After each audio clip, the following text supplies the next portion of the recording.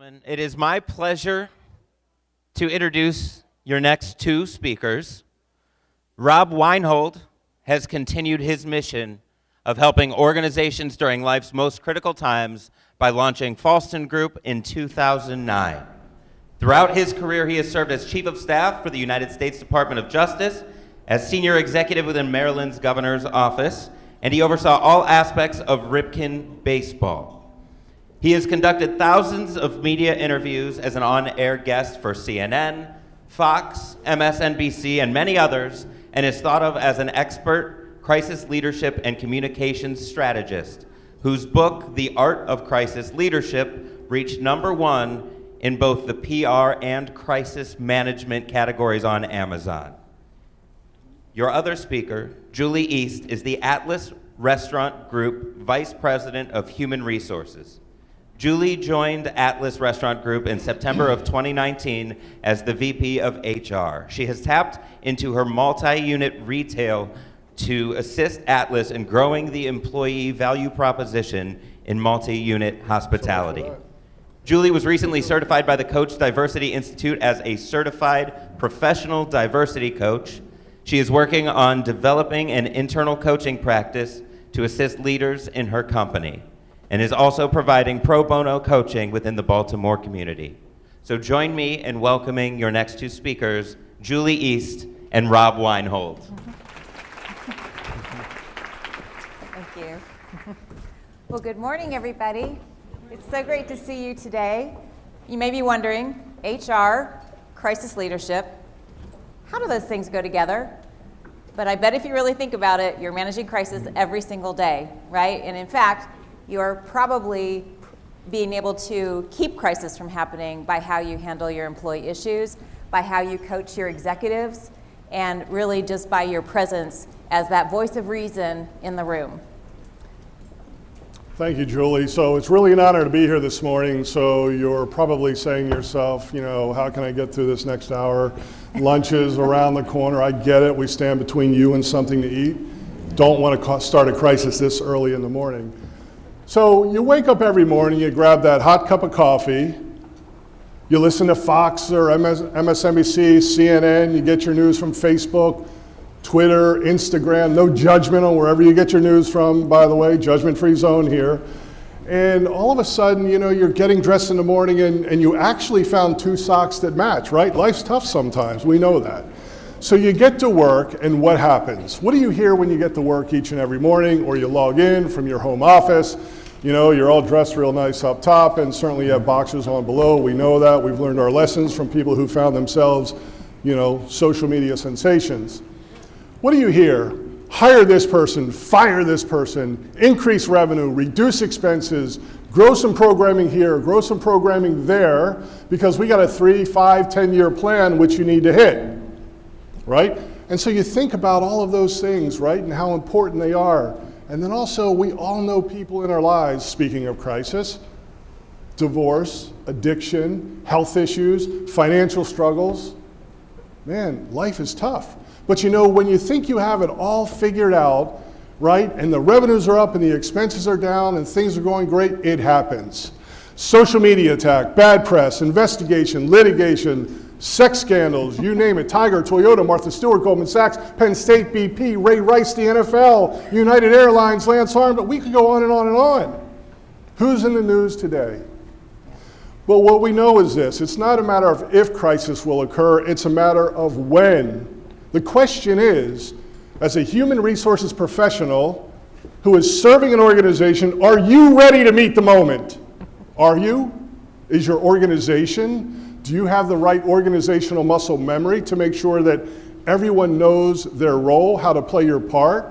Who's in charge of budget? Who's in charge of legal? Who's handling marketing? And by the way, who's advising the chief executive who has to get out there in the court of public opinion and somehow, some way, in the throes of crisis, maintain a sense of marketplace trust? And what I would say to you is this: reputation leads to trust, and trust leads to valuation. Your reputation leads to trust, which leads to your organization's valuation. And by the way, not all currency is financial. So I'm about to reach my over-under in terms of words I like to speak each day, and that's bad news this early in a presentation. Uh-oh. But I want to get a little involvement here. So when I throw out a brand or a logo, I want you to shout the first thing that comes to mind. First thought, best thought. Disney. Mickey Mouse. Okay, Amazon. Prime. Somebody's on Prime. Who's on Prime? Everybody's on Prime, right? BMW. Luxury, the ultimate driving machine, Coca-Cola. And since we're in Maryland, Cal Ripken, the Iron Man of baseball. And how about Budweiser? Outside of, you probably wish you had one right now. King of beers. Okay, very good. So think about these brands and the first thing you think of. Now, how about these brands? What do you think of when you think of Live Strong? Go ahead, shout it out. Don't be shy. Cheater. Woo! How about BP? Oil spill, exactly. And do you know that Tony Hayward, who was in charge of BP at the time, the chief executive, right, was on international news within 48 hours of the oil spill happening, and they said to him, when are you going to have this fixed? He said within 30 days. Well, 30 days later, NBC Nightly News with Brian Williams, who, by the way, had his own trouble in life, right? The oil cam at the bottom of the Gulf. So we as leaders, we as organizations, we're very optimistic about being able to solve problems, but we can't always do it, so we set ourselves up for failure. How about Wells Fargo, by the way, a Netflix special about Wells Fargo, United Airlines, Volkswagen, you name it, you can see the brand. So the point I'm making is this. These otherwise successful brands, the first thing that comes to your mind is something negative. But then there was something positive on the last slide. And don't shout this out, but what do people think of when they think of you? You're a brand. Keep that to yourself. Okay. So, Warren Buffett says it best, it takes 20 years to build a reputation and 5 minutes to ruin it, and if we think about that, we'll do things differently. Will Smith, don't we? Wouldn't we? God, I wish I could take it back. If you remember nothing else that we share with you this morning, remember this. If you don't tell your story, someone else will. And when someone else tells your story, it certainly won't be the story that you want told. Okay. Well, you had to go there with the Will Smith comment, right? Got it out of the way. Got it out of the way. Right. Everybody's thinking it. It's out of the way. So I'm sure my friends at Amazon recognize this, and so probably everybody else in the room. So I want to talk for a minute about crisis management at the employee level, crisis leadership at the employee level. And I'll tell you a story. When I was with Amazon as the leader in a fulfillment center, I had a brand new HR business partner who came to me with a look of terror on her face because that employee had come to her very upset and very angry. And we all know who that employee is, right? It's the one that's loose cannon, the one that you can never please, the one who is, constantly bringing up troubles. Well, this particular employee had recently found a new religion. And I'm serious about that. She had converted to a new religion, and she had gone to her manager to request a religious accommodation. And her manager had completely botched that conversation. And that's how she ended up with HR. Now, granted, we train managers, right, how to handle on-notice situations, but religious accommodation doesn't really come up that much. So we didn't really blame him, but it definitely led to a situation where this employee was saying to us, if you guys don't fix this problem, I am going to march my ass down to the EEOC. There, right? So in the moment prior to that conversation, my HR business partner and I got together and we really strategized on how we were going to handle that employee. We knew her track record. We knew what potentially could happen. She was very active on social media, and we wanted to do damage control. At the same time, we wanted to engage her that we did care about her religious accommodation. We did want to make sure we had conversations on how to accommodate her. So in that strategy meeting, we decided we were going to focus, number one, on our relationship with her. And we were going to listen carefully. We were going to actively listen, and we were not going to commit to anything in the moment, but definitely let her leave feeling understood. And so during that conversation, that is exactly what happened. It took a lot of patience, and it took a lot of repeating what we were hearing in a very sincere way to help her understand that we did understand. And in that 30 minutes, I saw a transformation happen from very uptight, angry person to, okay, HR does understand. HR is going to help me with this thing that is really, really important to me. And so really the takeaways, I think, in a situation like this, and by the way, we were able to accommodate her. The takeaways, I think, is, before having that difficult conversation with an employee that could ultimately take that issue into social media or outside in some way to damage the reputation of your company, you want to make sure that you're strategizing about that conversation, that you're really being intentional about actively listening. And then the other thing I would say, and probably doesn't hurt to say this over and over again, don't rush to conclusions and don't make a commitment in the moment. Once that employee understands you and that they understand that you understand, you can tell them that you will follow up. You don't have to make a decision in the moment. And in this particular case, that worked great with the employee. We were able to resolve that issue in a manner where it protected the company, right, our reputation, but it also protected the employee and what rightfully was her to be seen under the law. So we're talking about religion this morning. We are talking about religion this morning. Maybe we could talk about something less controversial like politics or something, Okay, right? sure, why not? So if you think about it, it's really a matter of who is telling your story, on what platform, under what timing, how are they telling their story, who are they mobilizing, and so on and so forth. So it's not a matter of if people are talking about it, they're talking about you. I've had clients where as the supervisor is conducting an evaluation, they are tweeting how horrible this supervisor is. Mid-valuation, by the way, okay? Think about that for a moment. When they get to the bonus section, I don't know if they tweeted it, but who knows. So I always say that crisis leadership is an art form, right? It's about instinct and experience. You can have all the templates in the world, you can have all the policies and protocols, you can make, everybody's ready to do whatever needs to be done in the heat of the moment.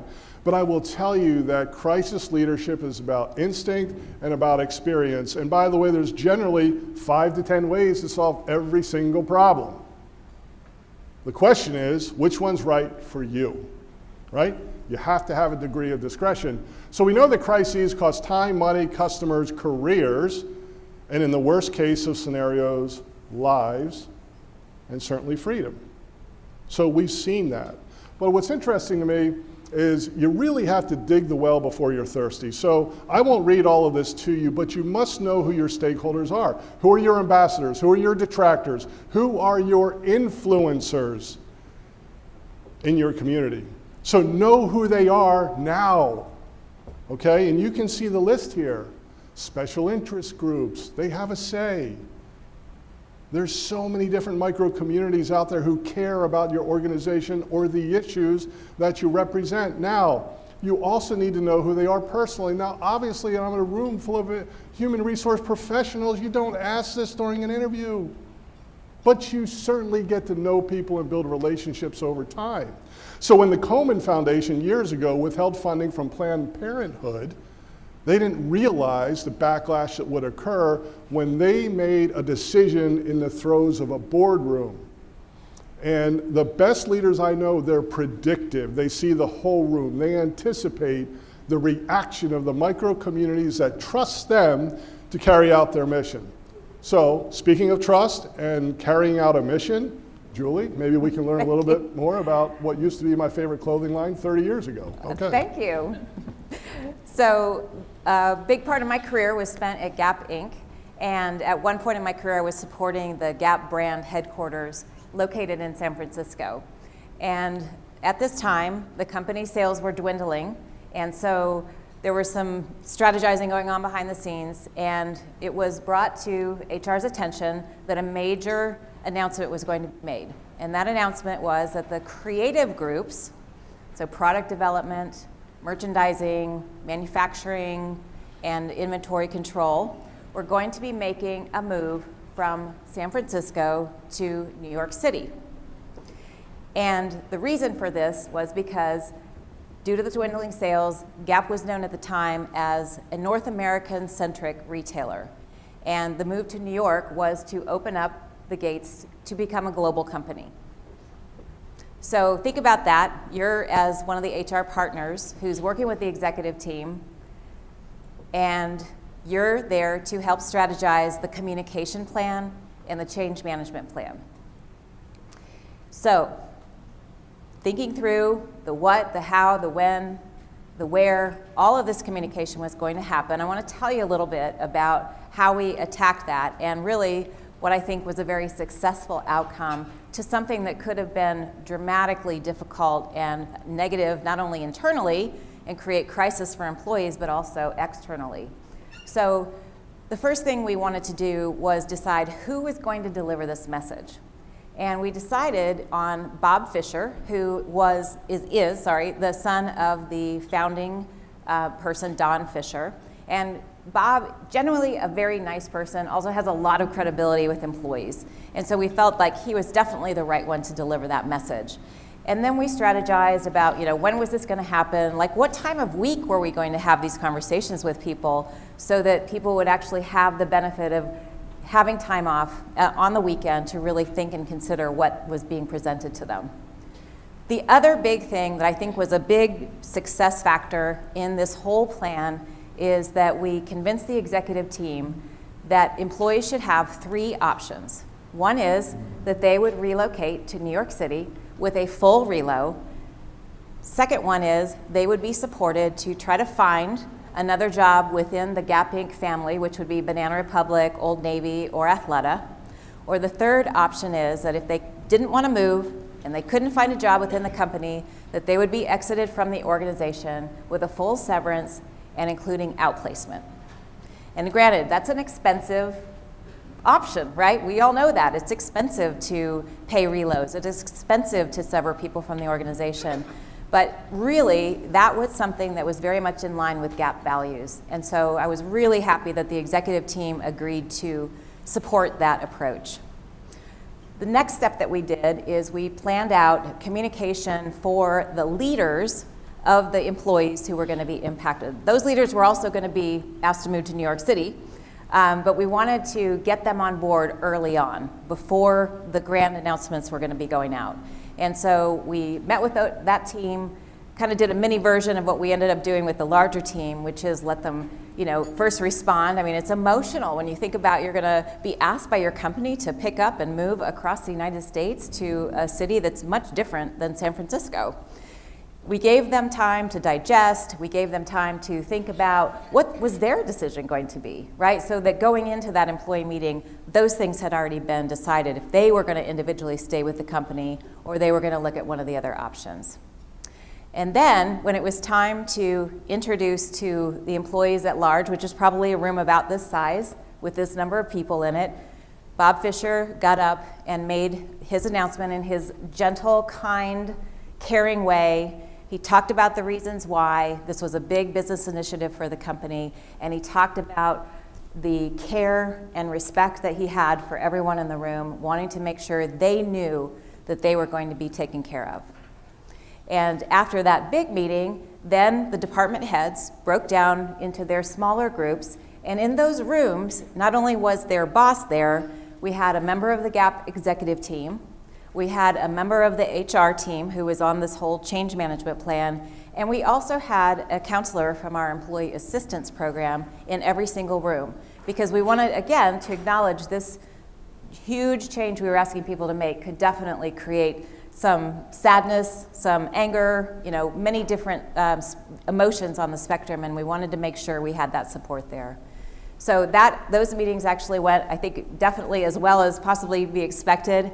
The next day, that was now Friday, we came all back together again in a big room, had the opportunity for employees to ask questions of Bob and of the executive team, and then after that, we let people go home for the weekend and letting them know that they had a couple of weeks to really think about and decide what was their decision going to be.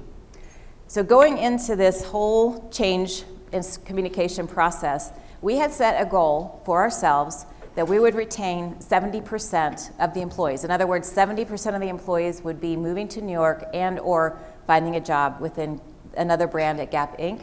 And I'm really happy to say that we actually were able to retain 82% of the employees. And I really, really think it goes back to the care that we put in creating this communication plan. And really the situation I would describe as crisis leadership is it was, again, so often our role is about prevention, right? We were able to prevent by using strong leadership, using a good communication plan and a good change management plan. And so I think the takeaways there, as an HR professional from me to you would be, you may encounter in your career a factory closing or a plant closing or a CEO who has some sort of reason to resign or be fired from your company. All of those things are opportunities for you to manage that crisis internally so that it doesn't become a bigger negative situation. And I think the most important thing I can say is taking the time to have that great strategy around communication change management, and then don't be afraid to use your resources. I know it sounds like that was a thing, but having those EAP counselors in the room just put it above and beyond. I mean, employees were thanking us afterwards, like, thank you so much. I had a conversation with that counselor following the big meeting, and it was so helpful to me that the company cared that much.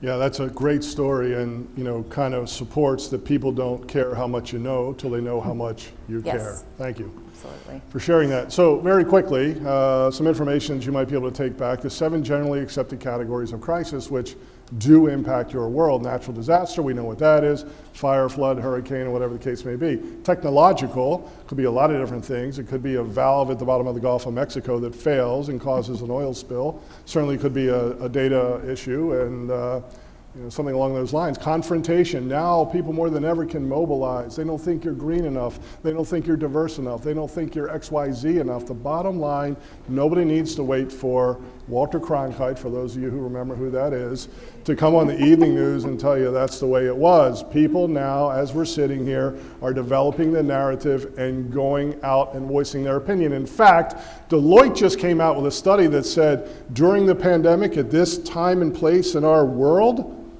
68% of people now, more than ever, want to come out and voice their opinion, and they will. So think about that. A 68%, let me say that, a 68% increase in the number of people who are willing to engage and let you know what they think. Malevolence, crime, organizational misdeeds, when your CFO walks over the piggy bank. Workplace violence, tragically, we're seeing more of that on the back end of the pandemic. So if you don't have active shooter plans and trainings, and you train to standard with the policy that's in place, then I think in this day and age, there are those who would say that from a leadership perspective, you're neglectful. Yeah. You have to do everything you can to protect your workforce physically and emotionally. And also the business relations issues, media, human resources, lawsuits, and so on and so forth. So this might be a little bit hard to see, but the Institute for Crisis Management puts together a report every year, and of all the crises that are reported around the globe, these are the categories that the crises fall into. So you can see sexual harassment, discrimination, cybercrime, whistleblowing, and so on and so forth, right? And if you take a look at mismanagement, it's nearly 20%. So I'm going to ask a question, and the question is this. Of all the crises that occurred in this particular year, and we use this year because there's a little bit of an anomaly with the pandemic, how many do you think were smoldering versus sudden? By percentage of 100, how many do you think were smoldering issues versus sudden issues that these organizations across the globe found themselves having to manage? What do you think? 75 smoldering or sudden? Smoldering. Anybody else? Okay, well, we got one answer in the hopper. I hope everybody's putting their chips on in front of you, so I hope we're going to work out here. Okay, so here it is, 73% smoldering. All right, you're not on the Price is Right, you didn't go over it, you won. Okay, there you go. So 73% are smoldering issues. So think about that. If you marry those two statistics, and 73% of the issues are smoldering and 20% of the issues are mismanagement, what does that tell you? It tells you that we as leaders know about issues, but we fail to do something about them. Why? Why? Well, I work with very large public companies all the way down to small restaurateurs and individuals, and I can tell you what my observation is. Ego. We got it covered. Ego, right? Or we don't know what to do. Or we hope tomorrow will be a better day than yesterday, right? And there's a million reasons why we fail to confront, why we don't have the conversations. But the bottom line is, the smoldering issues become infernos very, very quickly. So you have to take inventory and deal with it. This model is really important. The Resilient Moment Communications Model, developed by a gentleman named George Everly out of Hopkins. I've worked with him, taught with him. And I will tell you that more than 95% of the questions that people have about an issue of sensitivity, adversity, or crisis will have been answered if you answer these questions when you hold a press conference, when you meet with a board, when you meet with your workforce. And ladies and gentlemen, this is a Kodak, an iPhone moment right here, okay? All right, what happened, what caused it, what are the short and long-term effects, what's being done now, and what's being done in the future. Take a picture of this as you go ahead and articulate your position. This model will serve you well.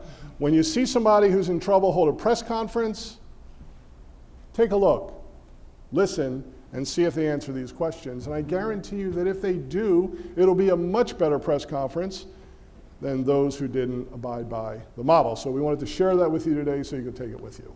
Thank you. Can you go back to the pie chart? There we go. Okay, so I know it's hard to read this, but if you can see that, what percentage do you think of those issues are HR related issues? All of them, right?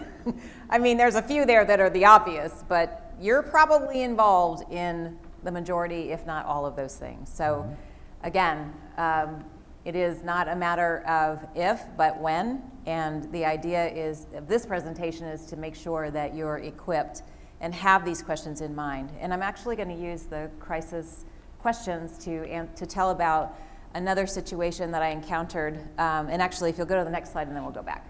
So this picture just breaks my heart whenever I see this. And over the last 25 years, there have been retailers doing business in Central Asia, Southeast Asia, in factories where there have been allegations of child labor violations, okay? Not just Gap Inc., right? All of our brands at some point or another had used factories in this area, but also other names that you recognize, and some of them aren't even up here, but other big retailers that are global companies have stepped in it, so to speak, at different times. So I'd like to have you go back to the communication slide now, and I want to use this to explain a little bit about what happened and what the outcome was. So what had actually happened is that in Phnom Penh, Gap was using a factory that was deemed appropriately run for, to be able to have Gap manufacturing going on there. There was a process in place to make sure that everything was, up to par. However, that factory, unbeknownst to Gap and the other retailers, was subcontracting work out to a factory that did use child labor. Okay, so that was a fact. That was not a speculation anymore.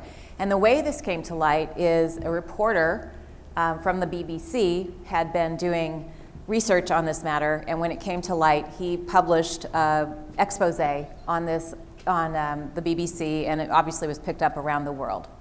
So the cause was clear, right? It was something that we didn't know about, but the effect was horrendous, and it was horrendous on Gap Inc. as a company because very shortly after this news came out, every Gap store practically in the nation and around the globe had protesters in front of it. Not a great look for a brand. In San Francisco, where I was at the time, protesters were in front of the corporate office every day, and to make their point, they were protesting in the nude. That was really special. So the effects here were so incredibly negative for us as a brand, right? Talk about brand tarnishment.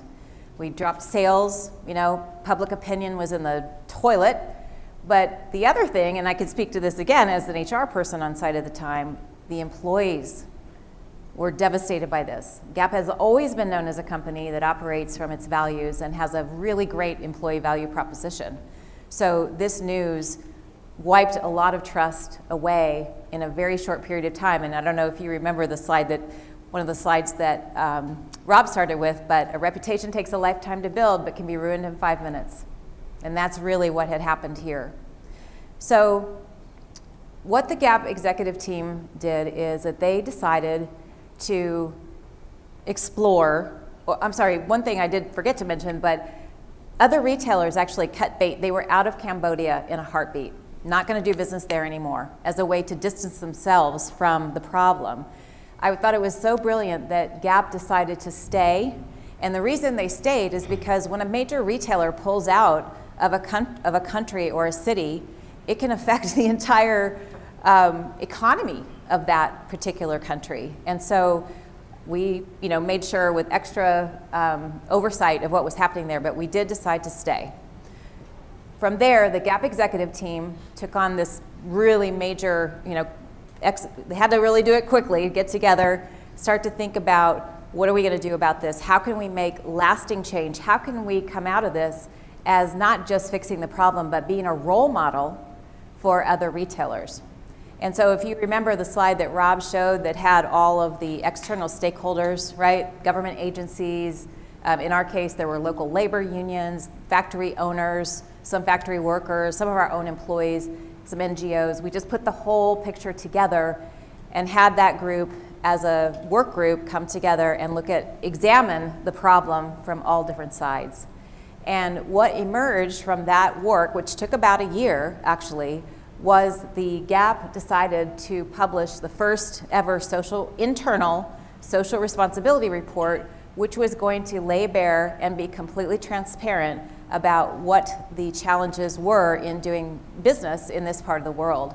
And so it was one of those situations where, and I'm sure you've seen this before, where you are going to lay it out, warts and all, right? Not as a way to patronize anyone, but to just be honest, like these are the problems and this is what we think we need to do about it. These are the individuals who we've asked to help us solve this problem.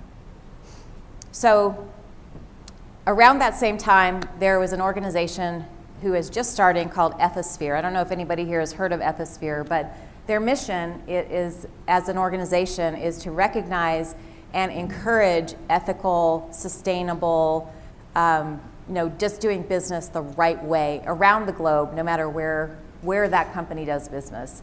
And so as a result of this work and this report that came out, a couple of years later, Gap was recognized as one of the top 100 ethical companies in the world, which was, along with these other great brands. And that was just, it took a really negative situation by being transparent, was able to turn it around. The other cool thing is that before this all happened, when Gap decided that they were going to have the social responsibility report came out, we had this huge town hall meeting. Again, wanted to make a big impact, wanted employees to hear the lessons that had been learned, wanted them to understand exactly what was going to be happening. And, again, as an HR partner, I just saw this complete change come over. I mean, we had lost employees who had quit over this whole issue.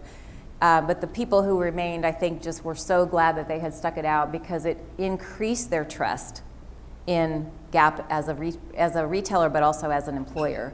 And for me, I can tell you, I felt that way too. Like I was so,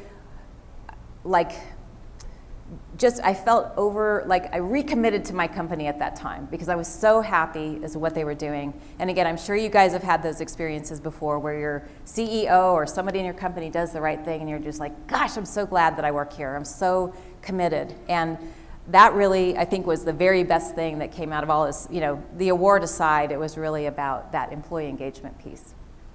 What a great story. Thanks for sharing. And I love what you said about recommitting to your company. Mm-hmm. That's awesome. And by the way, it's a really good reminder.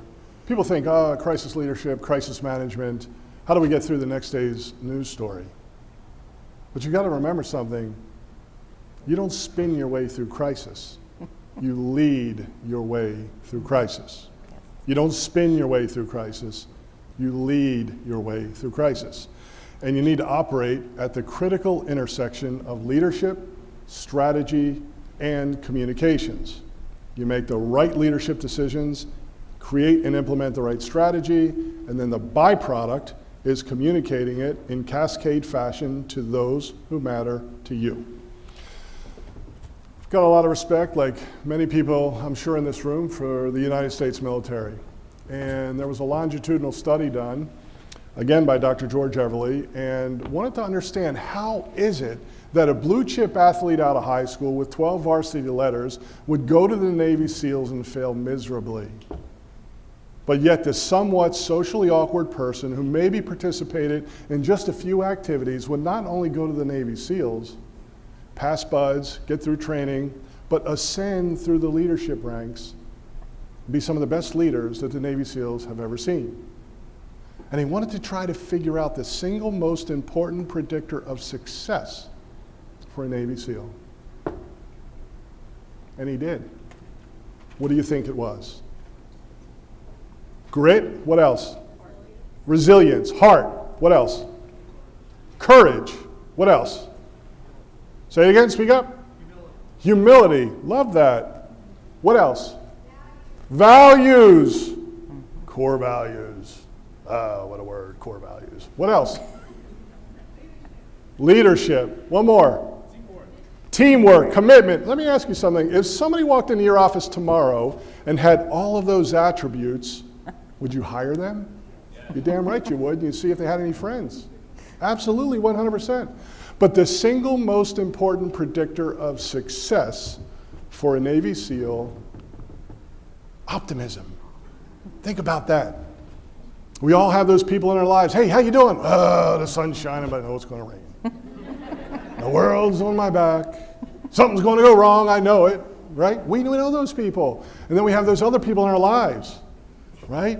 And who are they? Hey, I need your help. Really? Where do you want me to be? How high is the mountain? What time? Do you want me to pack a lunch? We know those. We have them in our lives. The optimist and the pessimist. Right, in my age, where I sit today, there are literally two kinds of people in this world. Two. Those who give me energy and those who take it away. So I will ask you, and I will challenge you actually today, to think about who you have in your life personally and who you have in your life professionally. Do they give you energy or do they take it away? And you've got some hard decisions to make.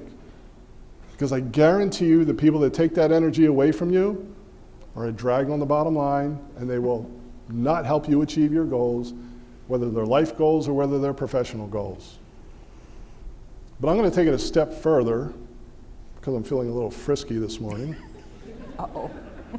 And when you go home tonight, I want you to look in the mirror and ask yourself, which one are you? Which one are you? Do you pop people full of sunshine? Do you motivate them? Do you give them energy? Or you kind of reach that point where, they maybe should call you Mr. or Mrs. Bitterman, right? Which one are you? You know what the beauty of that exercise is? The beauty of that honest, authentic, vulnerable evaluation is you can change today. And you can be who you're meant to be.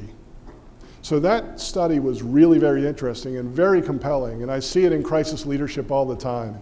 And I can tell you who's going to cycle through crisis more efficiently than somebody else simply by who they are and their willingness to put their hand up and say, I've got an issue, and they reach out to their trusted network. And we don't do that for a lot of reasons, and we don't have time to go over all of them, but we will. So I'll bring it home. Resilient leadership, another iPhone moment. We all know what integrity is. Look, studies have been done of successful leaders all over the world. And these are the attributes that the most successful, resilient leaders in the world embrace and embody, whether you're the leader of a country, whether you're the leader of a squad, whether you're the manager of a baseball team, or whether you lead one person, frankly, lead your own life.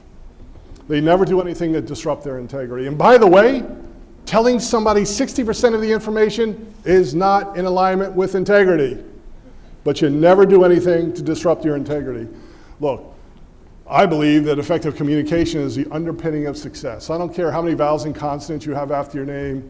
I don't care how high your IQ is. I don't care how good your kid is in baseball. The bottom line is if you cannot communicate effectively, you will never be able to mobilize people the way that you want to mobilize them and articulate your position to achieve your goals. So be an effective communicator, and if you feel like you're not, get help, get training, be an effective communicator. We all have it in us. It doesn't mean that you need to know every word in the dictionary. It does mean that you need to operate with clarity and conviction. Decisiveness. You know, people would rather follow someone who makes a wrong decision than no decision. A wrong decision than no decision. Research bears that out. Do you make decisions? Do you move the ball downfield? Good question to ask yourself. Optimism we've already talked about. Responsibility. Do you create a safe work environment? Well, as a human resource professional, I would assume you do, but let's not assume anything, right? Do you say, well, if Rob would have done his job a little better, I would have been able to do mine. I'd have been able to develop this policy had this not happened, right? Or do you put your hand up and take responsibility and say, you know what, I was wrong. I was wrong. And accept the consequences, but also accept the grace and also expect the opportunity to do it better next time. Resilient culture, what does that mean? That basically means is there's interdependability for success. My success depends on yours and yours depends on mine. And I've been in many organizations from a consultative standpoint where, I don't know, the chief executive is a little shaky, and if he or she goes, I might have that chair, right? The game within the game, the politics. But the best leadership teams I've ever worked with don't agree. In fact, they argue vehemently. But at the end of the day, they know there's interdependability for success, and they line up behind a decision, and they execute flawlessly despite the disagreements. Lastly, behavioral body armor. What does this mean? Well, it simply means that during crisis, during times of stress and uncertainty, people still depend on you. The shadow of a leader is alive and well. You have to take care of yourself, work out, eat right, sleep right, depend on trusted advisors, and do everything you can to give yourself the self-care that you need. But yeah, but Rob, I don't need self-care. I'm a big, bad human being. Yeah, okay. Got it. Got it. We all need self-care, and we all need one another during life's most critical times. Lastly, we'll leave you with this. We all remember Captain Sullivan, who landed the plane in the Hudson River. He was praised. They made a movie out of him in the whole 9 yards. And they said, well, how did you do that? How did you actually save all of those people in less than 2 minutes? He said, I've been training for this moment for 30 years. 30! He said, I went down my checklist. So does your organization have a crisis plan? Do you have a crisis communications plan? Do you have a checklist? Do people know exactly what's expected of them during that critical moment? If it works for Captain Sully, it probably will work for you. So when you go back to your organizations, ask yourselves those questions and take inventory. And if you don't, we'd be happy to lend a little bit of advice. Last thing before we open it up for questions. It's a little off topic, but I think it's really important because you seem like an amazing group. So there's a quote I try to embrace and think about every single week. And it's this: when all is said and done, what do you want to have said and done? When all is said and done, what do you want to have said and done? Follow your dreams. Thank you very much. It's our honor to be here this morning.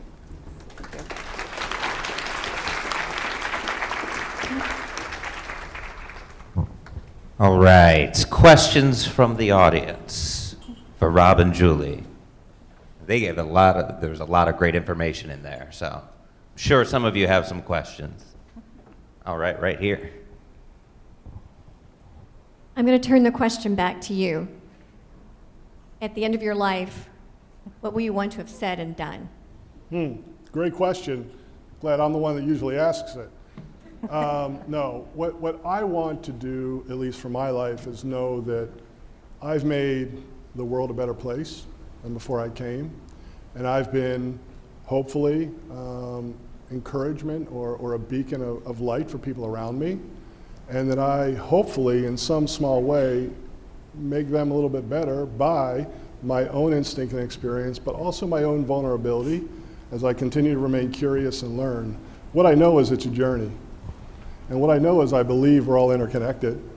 And what I know is if we can be honest, good, authentic people, then I think we will have accomplished our goal. And I think we need to take care of the world that's immediately around us.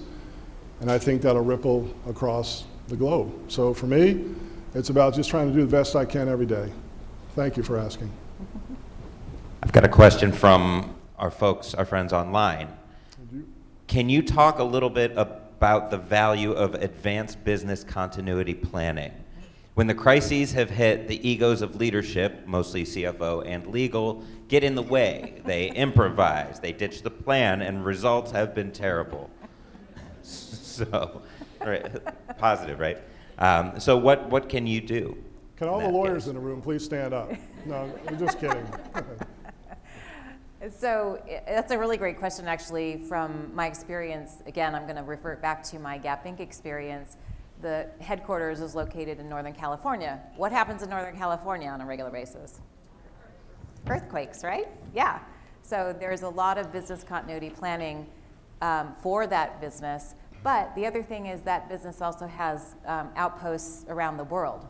Again, other parts of the world aren't as safe as we are here in the United States. And so certain crises can happen that might involve human, such as bombing, et cetera. Or we might also have a crazy tsunami in Southeast Asia where that would affect employees. So I will tell you, having walked through that process of building the business continuity plan, it's a multi-discipline, multi-year process, and a lot of tabletop exercises where executives and specialty areas such as loss prevention, HR, finance, get in a room together and do scenario planning. And it's through that process that we start to, as Rob said, build that muscle memory of how are we going to respond when it actually happens. And so that's what I would add just from an actual real life situation. I'm sure you've got plenty of examples. Yeah, I mean, I would just say this. They're general. First off, having a business continuity, disaster recovery plan, whatever you want to call it, is essential, okay?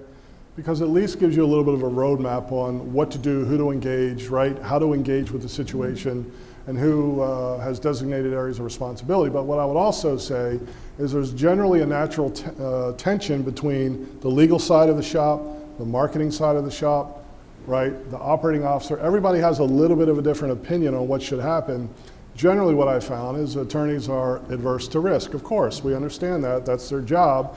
And they might say, well, we can win this case in the court of law, right? Civilly, criminally, or whatever the case may be, but we might lose it in the court of public opinion. So there's a blend there that needs to be talked about, because it doesn't matter if you win the civil case 2 years downstream if your business is dead because you didn't manage a court of public opinion efficiently, right? And research shows that apologies are really powerful in a lot of different settings. And so I would say, as a human resources professional, what you want to do is get everybody in the same room at the same time, make sure everybody is heard and validated, but you've got to make a decision, because the longer it is that you don't, remember, everybody else is telling your story. So again, firmly believe in the planning process, firmly believe in the training, because that will create what we call organizational muscle memory. So when the moment hits, you're not starting from zero. So in the spirit of, right, what do you want to do when all is said and done? So go back and be of service. Be of service to the organization. Let them know what you've learned.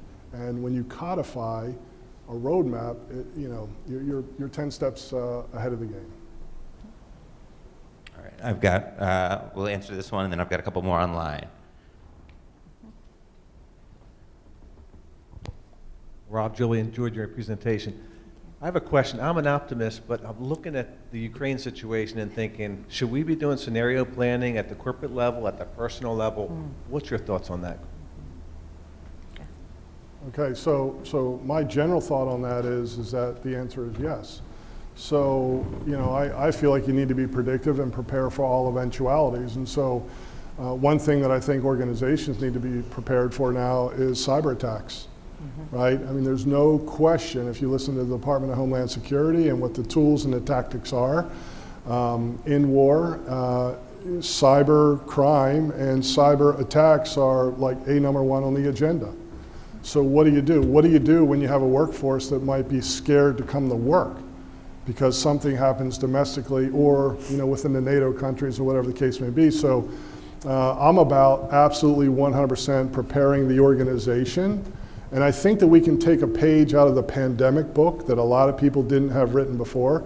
And we've learned a lot over the past 2 years, okay? And all you're really doing is taking a lot of that and applying it to war, right? Or an attack or some kind of terrorist situation really principled in what happened during the pandemic. And so, whether it's redundancy models, whether it's virtual workforce, whether it's a communications cascade that can ultimately, make sure that your customers aren't interrupted and they don't have confidence in you.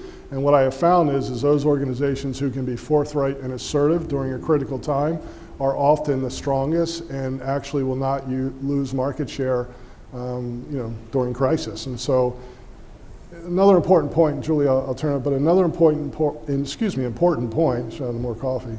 That donut thing I could have had a few more, I didn't get any. Anyway, the bottom line is that focus on what you can control versus what you can't. A lot of people, when they're involved in crisis, at least the clients I work with, are so worried about what's outside of their realm that they forget to focus on what they can actually control. So plan, yes, you can control that. Predict, yes, you can control that. But you can't control what's happening across the world. And I would say that that's something that is really, really important, in the chair that each of you sit each and every day. Mm-hmm. And I would just add, from an HR perspective, I think I ask myself that question every day. What can I control in this situation and what can't I control? Yeah. Is there a contingency plan that I can put in place for that uncontrollable that I may be able to influence positively, but ultimately I really don't have control over? Yeah, and last thing I would say is be predictive in terms of, let's just use an example. If some attack happened in some geography, what's the impact to the people in your orbit, right? Your board, your customers, right? I go back to your ambassadors, your influencers, and your detractors. What's the impact on them? And try to predict what will happen with the outer layers, and then that could shape your strategy internally. So I know it's kind of a broad general answer, but I would say that's kind of the advice I would give to make sure that you're at least have a little bit more peace of mind than you do now, maybe. That question of what I can control versus what I can't, that's so powerful for stress relief as well. So another question from online. Thoughts on crisis leadership in the nonprofit industry? Yeah, so do you have any, or do you? No, I think that would be great. Yeah, so thoughts about crisis leadership. Well, again, I go back to leadership, strategy, and communications, right? And I work with a lot of nonprofit organizations. And what I have found, of course, is that nonprofits, generally the people that work there and the people that are funders and the whole nine yards, they're mission-driven people, okay? Wonderful, wonderful people, mission-driven. And by the way, I firmly believe that nonprofit is a tax status. It's not a way of running business. So what does that mean? That means, again, you go through the exercise to figure out from a crisis perspective, because it's not a matter of if, it's a matter of when. We do something called a crisis assessment, and I'd encourage you, do it on your own. And you say to yourself, okay, what could go wrong in the organization I'm a part of? I could have a board member that goes sideways. I could have somebody that steals money. I could, from a programmatic standpoint, have something happen in the field. There's a lot of things that can occur. And think about the top 3 to 5 things that could occur and begin to build a plan around each one of those, knowing, of course, you cannot predict everything. And then also outside of your organization, go ahead and take a look at what's happened in the industry. And then what you can do from a human resources perspective is you can get, let's say, 8 members of your executive team, chairperson of the board or whomever, and say, listen, we have these metrics outlined for our annual plan. We want to raise X amount of money, we want to get this many volunteers, we want to serve this many people, whatever it is, okay? And then you ask the critical question. When the clock strikes midnight at the end of our fiscal year, right, whether it's June 30th or December 31st or you're on a federal fiscal year, whatever it is, what could possibly prevent us from hitting those goals? And begin to brainstorm individually, not collectively, individually, and pretty soon you'll realize that people will begin to throw it out on the table. Well, if this happens, we'd be in really bad trouble. And then you take inventory of all of that, and you come up with the top 3, 5, 10 things that could disrupt business continuity and prevent you from hitting the nonprofit goals. And then you begin to plan around each one of those, right? And so generally, that's what I would advise in the nonprofit world, and make sure that you're doing everything you can, because a lot of nonprofit people depend on volunteerism at the board level in particular, and make them part of the solution. And I think you'll find you'll have a bigger, faster, stronger organization after that exercise than you did before. The organizations that have trouble are the ones that are flat-footed and play defense versus playing offense, and I'm a firm believer in playing offense. And Rob and I have had the opportunity to collaborate with a particular nonprofit here in Baltimore, and one of the things that we did to assist the mid-level leaders in that organization is providing them with some executive coaching. And unfortunately, I think we all know that some, and maybe a large portion of nonprofits, are not necessarily resourced to provide leadership training to their mid-level managers, and often people are promoted without that to the upper levels. So that executive coaching, leadership coaching can really make a big individual difference in a person's life and in their ability to lead, to manage, to do crisis leadership. And so yeah, I just wanted to point that out. I'm involved in the International Coaching Federation, which is sort of like SHRM for the coaching world. And there are people within that organization who will provide pro bono coaching. I myself also provide pro bono or low-cost coaching on an as-needed basis for nonprofits who maybe are struggling in that arena. Look, police chiefs are hired to reduce crime. Coaches are hired to win games. Yeah. Chief executives are hired to increase valuation. And what I would say to, and what I do say to executive directors, chief executives, or whatever, there's always going to be detractors out there who want you to fail. But the biggest remedy to that is to make sure you have the right people, the right systems, the right targets, and achieve and win. And winning makes a lot of bad stuff go away. So I know a lot of leaders who get distracted, the shiny red object or whatever you want to call it. They want to fight the fire of the day, but they lose sight of the big picture. They lose sight of the annual report. They lose sight of hitting their targets. But when you win and you hit your targets, you're in a really, really strong position.